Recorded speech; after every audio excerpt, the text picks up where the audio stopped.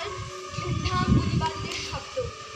বাতাসে সর্বত্রই যেন অক্সিজেনের পরিবর্তে বারুদের গন্ধই স্থান পেয়েছে। আর সেই বারুদ মানুষের নিঃশ্বাসে প্রশ্বাসে প্রবেশ করে মুহূর্তে কেড়ে নিচ্ছে এক একটি প্রাণ। কোথায় সেই শিশুদের খেলাধুলা, কোথায় সেই পূজা অর্চনা, কোথায় সেই প্রাণ খোলা হাসি, কোথায় সেই সুখ দুঃখের গল্প? সবই যেন তখন লুপ্ত, হারিয়ে গেছে অজানা অন্ধকারে। মানুষের মনে তখন কেবল একটি ভয়, একটি আশঙ্কা, বেঁচে থাকতে পারবো তো? সকলে দলে দলে কেবল ছুটছে আর ছুটছে ভারত সীমান্তের দিকে। বিরাম নেই সেই হাঁটায়। ঘুম, সে তো চোখের তলায় সামান্য কালি রূপে স্থান পেয়েছে। সকলে স্তব্ধ বোবার মতো হেঁটে চলেছে। আর মাঝে মাঝে সেই নিস্তব্ধতাই ভেদ করে শোনা যায় নারীর আর্তবেদনার্তক চিৎকার, আমায় বাঁচাও, আমায় বাঁচাও। তার মধ্যেই শোনা যায় পাকিস্তানি সৈন্যদের পাশবিক উল্লাস।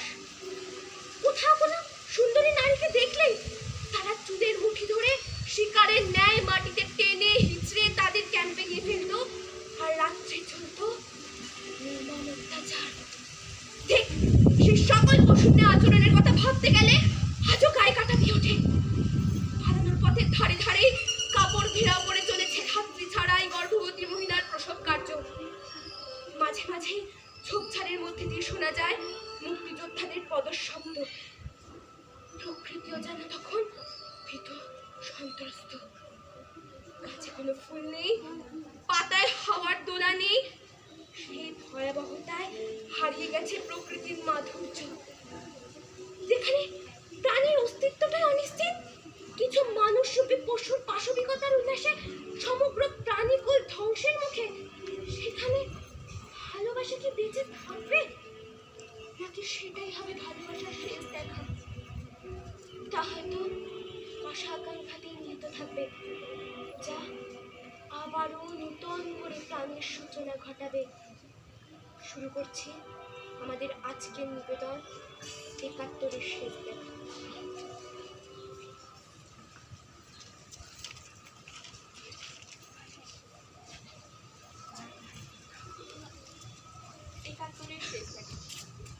বছর 12 বয়সের মেয়ে দেবদত্তা, নোয়াখালীর বিখ্যাত জমিদার মনীন্দ্রলাল দের সব থেকে প্রিয় কন্যা। ছোটবেলায় মাকে হারিয়ে দিদিদের কাছেই বড় হয় দেবদত্তা। ছোটবেলা থেকে তার সব থেকে প্রিয় খেলার সাথী ছিল তাদের বাড়ির ভাড়াটিয়ার ছেলে দেব। সেও 19টা বসন্ত ওই বাড়িতেই অতিবাহিত করেছে। বহু বছর একসাথে কাটানোর দরুন দুই পরিবার মিলেমিশে যেন একাত্ম হয়ে গিয়েছিলেন। একদিন দেবী তার বান্ধবীর সাথে খেলায় মত্ত ছিল। তখনই হঠাৎ তাদের চোখে পড়ে ওই পথ ধরে দেবদা হেঁটে যাচ্ছে। দেবী, ওই দেবী, ওই দেখ দেবদা যাইতাছে। দেবদা, ও দেবদা, কই যাইতেছ ওই দিক বানে? বুঝতাম না। আরে দেবী, তোর লাগে একটা জিনিস আনছি, তোর পছন্দের জিনিস। আমার লেগা? আবার আমার পছন্দের? হ্যাঁ দেবী, হ। তাহলে দেখো শিগগির। না মতো, আগে বল তো দেখি এইখানে বল।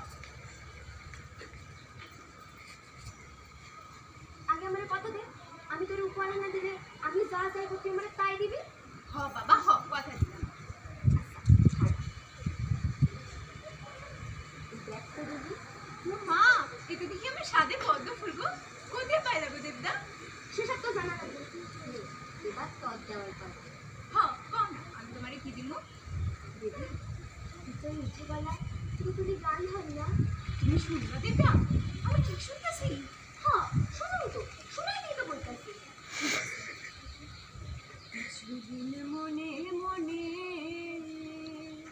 কিছুদিন মনে মনে ঘরের কোণে, মনে মনে ঘরের কোণে শ্যামের পীড়িত রাখবো কোণে। কিছুদিন মনে মনে, ইশারায় কইবি কথা গোঠে মাঠে, ইশারায় কইবি কথা গোঠে মাঠে। দেখিস যেন কেউ না জানে, কেউ না বুঝে, কেউ না শুনে।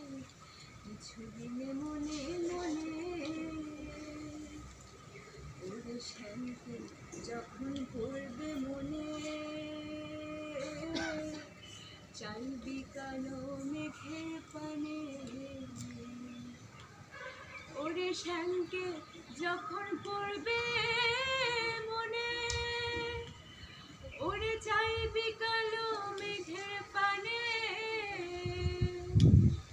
ওরে রান্না শালে কাঁদবি বসে ভিজে কাটবি ওরে রান্না শালে কাঁদবি বসে ভিজে কাটবি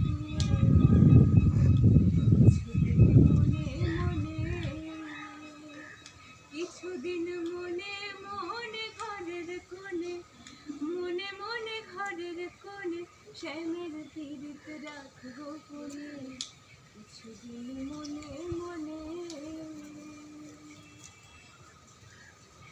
বাহ, চমৎকার চমৎকার দিদি, মনটান জিরাইয়া গেল। সত্যি তোমার ভালো লাগছে দেবদা? হ্যাঁ লাগছে তো। জানি তো দেবদা, আমি না মাঝে মাঝে ডর হয়। হ্যাঁ কেন ডর লাগে বা? যদি আমি তোমার গান শোনাতে না পারি? আগে করেছে কেন? কেন শোনাতে পারবি না? যদি তোমার কাজগুলো ধরে রয়ে যায়, শুধু এবারে মাইরা ফেলে। থাম, বড্ড পাকছিস তুই। এমন কথা যদি তোর মুখ দিয়ে আর কোনোদিনও শুনি, আমি কিন্তু তোর লাগে আর কোনোদিনও কথা কমি না। ও দেবদা, এমন কইতেছো কেন? রাগ করতেছো কেন? এই দেখো আমি কান ধরতেছি, আর এমন কমো না। ও দেবদা রাগ করো না। ঠিক আছে ঠিক আছে, যা অন খেয়ে যা, আমার এখন কাজ যাইতে হইব, আমি যাই।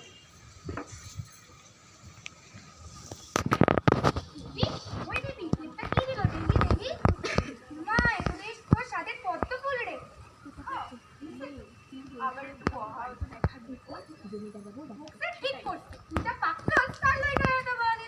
ঠিক আছে, তোর বাড়ি চল, মা কইছে তাড়াতাড়ি বাসায় দিতে, করে দিয়ে আমিও বাসায় যাবি। চল চল চল।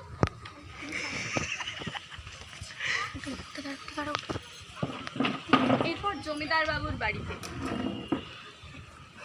জ্যাঠামশাই, জ্যাঠামশাই, নিচে পালসা ফিরাইছে। কি কম রে? হ্যাঁ, ওরা হিন্দুদের ধইরা ধইরা কাটতাছে। বিশেষ করে আপনাকে মতো জমিদার গো গুলি কইরা মারতাছে। মাইয়া গো তুই না তো জানতাছে। আপনারা জলদি হাতে পলাই যান। তুমি যাইবে না? তোমার ঘরে মারা ফেলাইবো। না, আমারও সামাল দিতে হইব। আমারও সামাল দিতে হইব। আপনারা জলদি করেন। কি রে? তোরা সব কই? জলদি আয়, আমার পলাইতে হইব। বাবা আমাকে পড়াইতে হইব? নিচে নিচে বান্ধবীরা আইছে। ও দেবদা তুমি পড়াইবে না? নারে দেবী, আমার তোকে সামাল দিতে হইব গো। কিন্তু ওরা তো তোমার ঘরে লয়ে যাইব। নারে দেবী, তুই জানিস তোর দিকটা কত সাহসী? সে ঠিক পারবো, কিন্তু আর কোনো কিন্তু না। কইছি না তুই বড্ড পাকছস। আমি কিন্তু আজ তোর লোকে এরকম আর কোনোদিনও কথা কমো না। দেবী রে, আর কান্দিস না, আমি তোর কথা দিতাছি। আমি তো তোর লগে দেখা করতে যাবো, আমি তোকে খেলতেও যাবো। যখন পলা দেবী, তখন পলা দেবী। চল মা চল, আমার পলাইতে হইব। না বাবা, আমি কোথাও যাবো না। ওরা যেতে ঘরে লয়ে যাইব। না আমি তো পড়ি না। না বাবা, তোর তোর বড়দি মুক্তি তোদের বাসায় দেখিয়া শহীদ হইছে। আমি আর আমার কোনো মেরে হারাইতে চাই না। চল মা চল। না বাবা, আমি যাবো না। কোথাও যাবো না। মা আমার সাথে পড়ে না। চল মা চল। যাবো না বাবা, কোথাও যাবো না আমি। পাকিস্তানি সৈন্য এসে দেবদাকে ধরে ফেলে, আর কিছু সৈন্য তাদের পিছনে হামলা করে। দিবি তুই পলাইয়া যা। তোরা আমার দিবি, তোরা আমার লাগা পলাইতে হইব। আমি তোরে কথা দিতাছি, আমি তোর লগে দেখা করতে যাবো। দিবি রে, তুই পলাইয়া যা দিবি। পাকিস্তানি সৈন্যরা দেবকে মেরে নাকে আঘাত করে। নাক থেকে রক্তধারা প্রবাহিত হয়ে যাতে দেবীর পালানোর পথে বাধা সৃষ্টি না করতে পারে, তার জন্যই বারে বারে মুছে নিচ্ছিল দেব, আর সমানে দেবীকে পালাতে উত্তেজিত করছিল। দেবি রে, তুই পলাইয়া যা। তোরে আমার দিবি, তোরে আমার লাগা পলাইতে হইব। তুই পিছল ফিরে যাইবি না দেবি। তুই পলা দিবি, তুই পলা। ধীরে ধীরে দেবদার গলা দেবীর কানে ক্ষীণ থেকে ক্ষীণতর হয়ে গেল। বাবার হাত ধরে বুকে এক রাশ ভয় এবং তার একমাত্র প্রিয় সখা তথা খেলার সঙ্গীকে হারানোর বিরহ বেদনা নিয়ে হাতে দেবদার দেওয়া পদ্ম ফুলটি চেপে ধরে সে পালাতে থাকলো আর পালাতে থাকলো বাকি 3 বোনদের সাথে অজানা রূপে। তারা কোথায় যাবে কেউ জানে না, তাদের বেঁচে থাকাটাই অনিশ্চিত। তবু কোনো মতে তারা পাকিস্তানি সৈন্যদের চোখে ধুলো দিয়ে একটি সর্ষে ক্ষেতে গা ঢাকা দিতে সক্ষম হয়েছিল। সেখানে গিয়ে জমিদার মনীন্দ্রলাল দেয়ের সঙ্গে তার পুরনো বন্ধু শ্যামলবাবুর হঠাৎ দেখা। আরে শ্যাম, তুই এইখানে? আরে খরচ কি মনি? তোর বুদ্ধি শুদ্ধি লোক পাইছে না রে? সকলকে মারবি নাকি তুই? সব ঘরে বসে থাক। এতক্ষণে পাঞ্জাবি না হারিয়ে যায়। তাইলে আমরা সব প্রাণী মরবো যে। আমার ঠিক আছে। আমি আস্তে কথা বলতেছি। তুই এখানে কি করস? আরে বাইরে আইসলাম একটু কাজে। তার মাঝে এটা কাটাকুটি খুঁজিগালা শুরু করে দিল। বাবাকে বাড়িতে কেমন আছে তাও জানি না। আরে ভাই, আমাকে বাসায় তো আইছিল। আমাকে মারতে। তাই তোমরা হপ করে পালায় আইছিস। আহারে, এই কচিকাঁচা মাইয়াগুলাকে লইয়া কই যাবি? কই যাবো? আইসা থাম। তাও জানি না। তবু এই বাচ্চাগুলারে ভারতে পার করে দিতে পারলে শান্তি। আয়, আমার লগে আয়। আমি আছি তোর লগে। চল, পাঞ্জাবিটা গেছে। কখনই পালাইতে হইব।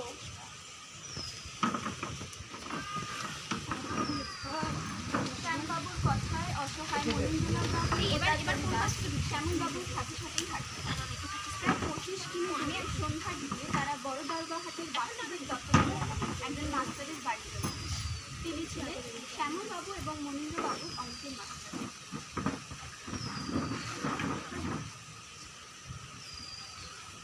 মাস্টার মশাই, ও মাস্টার মশাই, কি রে?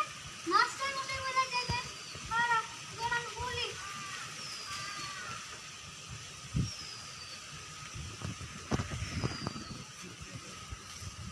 আরে মাস্টার মশাই, আমরা গো আমরা। আরে, এ তো তুই শ্যামার মনি। কি আছে? হাঁপাই তো কেন? আয় দেখিনি, ভিতরে আয়। আরে মাস্টার মশাই, বড় একটা সমস্যায় পড়ছি। কি সমস্যা? আরে কচি কচি মাইয়াগুলো লইয়া। আরে কচি কচি মাইয়াগুলো লইয়া এই সন্ধ্যাবেলায় বাইরে হচ্ছিস কেন? জানিস না বাইরে কি অবস্থা? জানি তো। আমি কোথার সাথে আইছিল মারতে। কি কস কি? তোমরা সকলে পালাইছিস। এই বিষয় খাওয়া যাইব না। কোনো তো কিছু পাশে করে জানাই দিছে। তখন কি করবি তোরা? মশাই, কিছু না থাকতে দিবে? রাত খুলে লোকটা বাইরে পড়বি। সেই ভালো সেই ভালো। না, আমি অন্তত এই বাচ্চা মাইয়াগুলো লইয়া কিন্তু এখন বন্দোবস্ত করি। তারা সন্ধ্যাটা মাস্টার মশাইয়ের বাড়িতে রাত দুটোর সময় বেরিয়ে পড়ে। কিন্তু বিপদকে কি আর ঠেকিয়ে রাখা যায়? ইতিমধ্যে রাজাকাররা এখানে একটু বলে রাখা দরকার যে রাজাকাররা ছিল বাংলাদেশের মুসলিম লীগ নামক এক রাজনৈতিক দলের মুসলিম সম্প্রদায়ের লোকেরা। তারা মূলত ছিল লুঠতরাজ। তারা হিন্দুদের দিকে লুটপাট চালাতো এবং সব জায়গার খবর পাকিস্তানি সৈন্যদের কানে দিত। মূলত পাকিস্তানি সৈন্যদের থেকে রাজাকারদের উপদ্রব অনেক বেশি ছিল। তাই রাজাকারদের কাছ থেকে মনীন্দ্রলাল পাকিস্তানি সৈন্যরা চলে আসে দেখতে পেলেই গুলি চালিয়ে দেবে। তারা মাস্টারমশাইয়ের বাড়ির দরজায় কড়া নাড়ে এবং কেউ বেরিয়ে আসে না। ওই হ্যাঁ, কিন্তু তবুও কারোর দেখা নেই। তখন পাশের বাড়ি থেকে একটি ছেলে বেরিয়ে আসে। তিনি ছিলেন এক ব্রাহ্মণের পুত্র। क्या हुआ? ये घर का मालिक कहाँ पर है? है वो? हाँ, असल में कुछ दिनों से उनका तबीयत बहुत खराब है। हालत एकदम ठीक है, वो घर से नहीं निकल रहे। तो पूछ रहे हैं मुझसे कैसे? यहाँ पर मनींद्रलाल देव नाम का कोई जमींदार आता क्या? उसके साथ उसका परिवार भी था। हाँ, देखा तो था। आपने देखा है? वो लोग अभी कहाँ पर है? तो वो लोग तो कब तक निकल गए? सूरज ढलते ढलते वो लोग तो निकल गए और अब तक तो शायद उन्होंने बॉर्डर पार कर लिया होगा।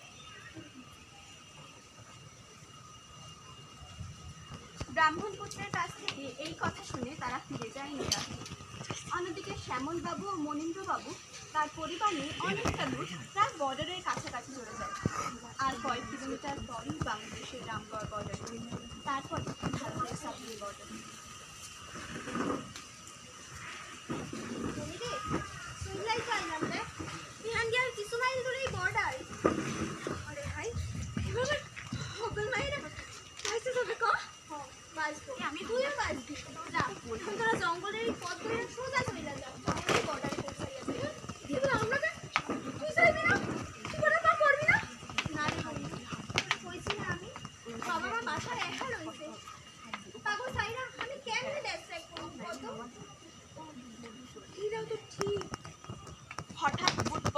হেঁটে যাওয়ার ধপ ধপ শব্দ। কি শুনতে পাইলি? ও, আরে সলার শব্দ না? খারাপ, গায়ে দে। আরে খরচ কি? চুপ কইরা খারাপ আমি। তোর বাচ্চা আছে, ভুইলা গেছো? যা, সে কি হয়েছে? ওপের পিছনে লড়াই কর, আমি দেখতাছি। এই বলে শ্যামল বাবু ভীত সন্তুষ্ট মনে এগিয়ে যায় রহস্য উদ্ঘাটন করতে। আর অন্যদিকে মনীন্দ্রবাবু তার পরিবারকে নিয়ে একটু ঝোপের পিছনে ঢুকে পড়ে। সকলে চিন্তিত আর শ্যামল বাবুর জন্য বেশ খানিকটা সময় হয়ে যায়। আর মনীন্দ্রবাবুর কপালের ভ্রুকুটি রেখা আরো প্রগাঢ়ভাবে পরিলক্ষিত হয়। আর তারপরে হঠাৎ 1, 2, 3, 4 গুলির শব্দে কেঁপে ওঠে গোটা জঙ্গল। পাখিরা চিৎকার করতে করতে উড়ে যায় যে যার বাসা ছেড়ে। কিছুক্ষণের জন্য যেন চারিদিকে ক্রন্দন রোদ ওঠে। তারপরে নিস্তব্ধ, চুপচাপ। এই আশঙ্কার স্তব্ধতাই যেন গ্রাস করেছে সমগ্র প্রকৃতিকে, সমগ্র প্রাণীকুলকে। যে পথে শ্যামলাবু চলে গেল সেই পথে তার কারো ফিরে আসা পদচিহ্ন দেখা যাচ্ছে না। কোথায় শ্যামলাবু? যার অপেক্ষায় ঝোপের পিছনে 5টি প্রাণী। কান ফাটার শব্দে ভয় ইতস্তত মনীন্দ্রবাবুর আপাদ মস্তক কম্পিত হচ্ছিল। ঝোপের পিছনে সকলের মুখে ভয়ের ছাপ, সকলেই ঘেমে নিয়ে একাকার। সকলের মনে কেবল একটাই প্রশ্ন, শ্যামল বাবু ঠিক আছেন তো? তারপরে তারা লক্ষ্য করে রাস্তার উপর থেকে হাতে লণ্ঠন ঝুলিয়ে হেঁটে চলে যায় 2 জন পাকিস্তানি সৈন্য। কিছুক্ষণ পর মনীন্দ্রবাবু ঝোপের পিছন থেকে বেরিয়ে আসেন এবং প্রাণপণ ছুটতে থাকেন শ্যামল বাবুর পদচিহ্ন অনুসরণ করে। গিয়ে যেন থমকে যান কিছু মুহূর্তের জন্য। নিজের চোখকে বিশ্বাস করতে পারেন না। কিছুক্ষণের জন্য যেন নিজের বাক শক্তি হারিয়ে ফেলে। চারিদিকে রক্তাক্ত আর তার মাঝে পড়ে আছে গুলিবিদ্ধ যার যা একটি শীর্ণ দেহ।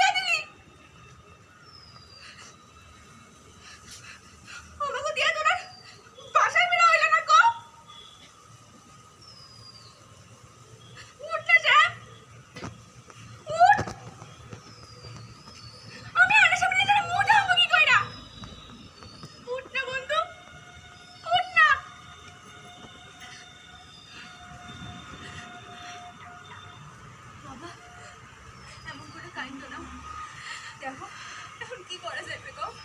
শ্যামল কাকা আমার কাছে ভগবান হয়েছিল, আর তার ঋণ আমি কোনোদিনও শোধ করতে পারবো না। সে ভগবান হয়েছিল বলেই তো সে আজ নিজের পরাণ খান দিয়ে আমাকে পরাণ বাঁচাইছিল। কিন্তু আমাকে এখন এখানে যাইতেই হইব। তোমার কান্নার আওয়াজ শুনে পাকিস্তানি সৈন্যরা এখানে চলে আসবো। চলো বাবা চলো। দেবদত্তা তার বাবাকে বুঝিয়ে সেখান থেকে আবার হাঁটতে লাগলো। ভোর 4টের মধ্যে তারা পৌঁছে গেল বাংলাদেশের রামগড় বর্ডারে। 2 দেশের বর্ডারের মাঝখান দিয়ে বয়ে যাচ্ছে শীর্ণকায়া নদী। আর সেই নদীর পাশেই পাকিস্তানি সৈন্যরা। সেখান থেকে ভেসে আসছে হাজারো নারীর বেদনার্ত শব্দ, আমারে বাঁচাও, আমারে বাঁচাও, আপনাকে পায়ে পড়ে আমারে সালান দেন, আমি আর পারতাছি না। পাকিস্তানি সৈন্যরা দলে দলে পায়ে শিকল বেঁধে সারিবদ্ধভাবে ছিনি নদীতে স্নান করাতে নিয়ে যাচ্ছে বস্ত্রহীনা নারীদের। বাবা চিৎকার শুনতেছ? করে চিৎকার করে এগুলো শুনিস না মা? কার চাপা যাট বাবা, তোমার বান্ধবীকে ধরে বয়ে বেড়ে যেতেছে। তোমার পুলিশ বাজার মারতেছে কেন বাবা? ওকে পড়ানোর শাড়ি হোক, একটু লজ্জা লাগে না? ওদের পরে তাকাস না, ওদের পরে তাকাস না।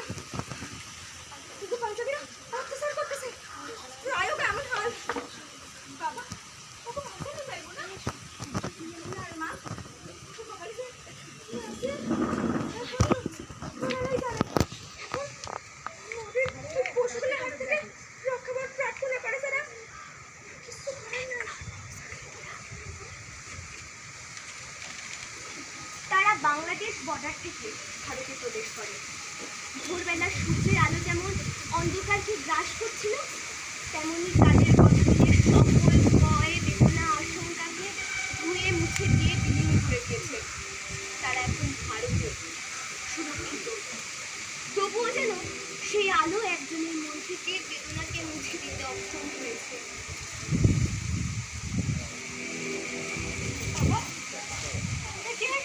বাসায় ফিরে যেতে পারবো না? জানি আরে মা, কিচ্ছু জানি না।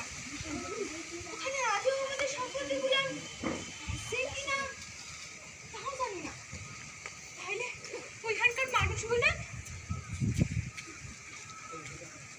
বাড়িতে ধরা যায় তো অনিশ্চিত না মা।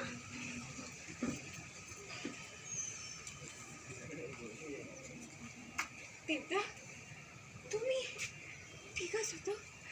না না, আমি এমন কেমন ভাবে গেছি। দেবদা ঠিক আছে, সে এবারে কথা দিছে, সে আসবে, সে কোনোদিনও কথা খেলাপ করে না। দেবদা তুমি হও না দেবদা, তোমার দেবী তোমার লেখা অনেক আর গান আছে, হও না দেবদা, হও না। এইভাবে আশাবাদী দেবী দেবদত্তা তার প্রিয় সখা দেবদার অপেক্ষায় সারা দিন একটি গাছের নিচে বসে থাকে। তার দৃঢ় বিশ্বাস দেবদা তার সাথে দেখা করতে আসবেই। তাই সে বসে থাকে বাংলাদেশ বর্ডারের পানে চেয়ে, দেবদার একটু মাত্র আভা, একটু মাত্র পদচিহ্ন দেখার আশায়। মাঝে মাঝে বাতাস এসে আরো দুলিয়ে দিয়ে যায় তার অপেক্ষারত এবং দোদুল্যমান চিত্তকে। বৃক্ষ থেকে পত্র ঝরে পড়ার মতো তার জীবনেরও এক একটা বিরহ বেদনায় শীর্ণ হয়ে ঝরে পড়ে। একদিন দুদিন দেখতে দেখতে 1 মাস 2 মাস হয়ে যায়, তবু তার কাছে কেউ আর গান শুনতে আসে না। তার নতুন বাঁধা গান সে একাই নিজ মনে গুনগুন করে গিয়ে যায়, হাতে সেই শুষ্ক পদ্ম ফুলটি দৃঢ় হস্তে চেপে ধরে, ঠিক তার দৃঢ় বিশ্বাসের ন্যায়। কালক্রমে পদ্ম ফুলের শুষ্ক পাপড়িগুলিও ঝরে যায় একে একে, গাছের থেকে পাতা ঝরে পড়ে, গাছটিও হয়ে যায় পত্রহীন শীর্ণকায়া কাষ্ঠখণ্ড। প্রকৃতিও যেন আজ দেবদত্তার বেদনায় ব্যথিত। সে প্রেমহীন, প্রাণহীন ও সজীবতাহীন। তবে সেটাই কি ছিল শেষ দেখা? না, দেবদত্তা তা বিশ্বাস করে না। সে আজও দৃঢ়ভাবে বিশ্বাস করে তার দেবদা তার কথা রাখবে, সে তার সাথে দেখা করতে নিশ্চয়ই আসবে। তাই সে আজও নদীর ওপারে চেয়ে বসে থাকে কোনো একজনের দেখা পাওয়ার আশায়। দেবদা আসবে, দেবদা নিশ্চয়ই আসবে।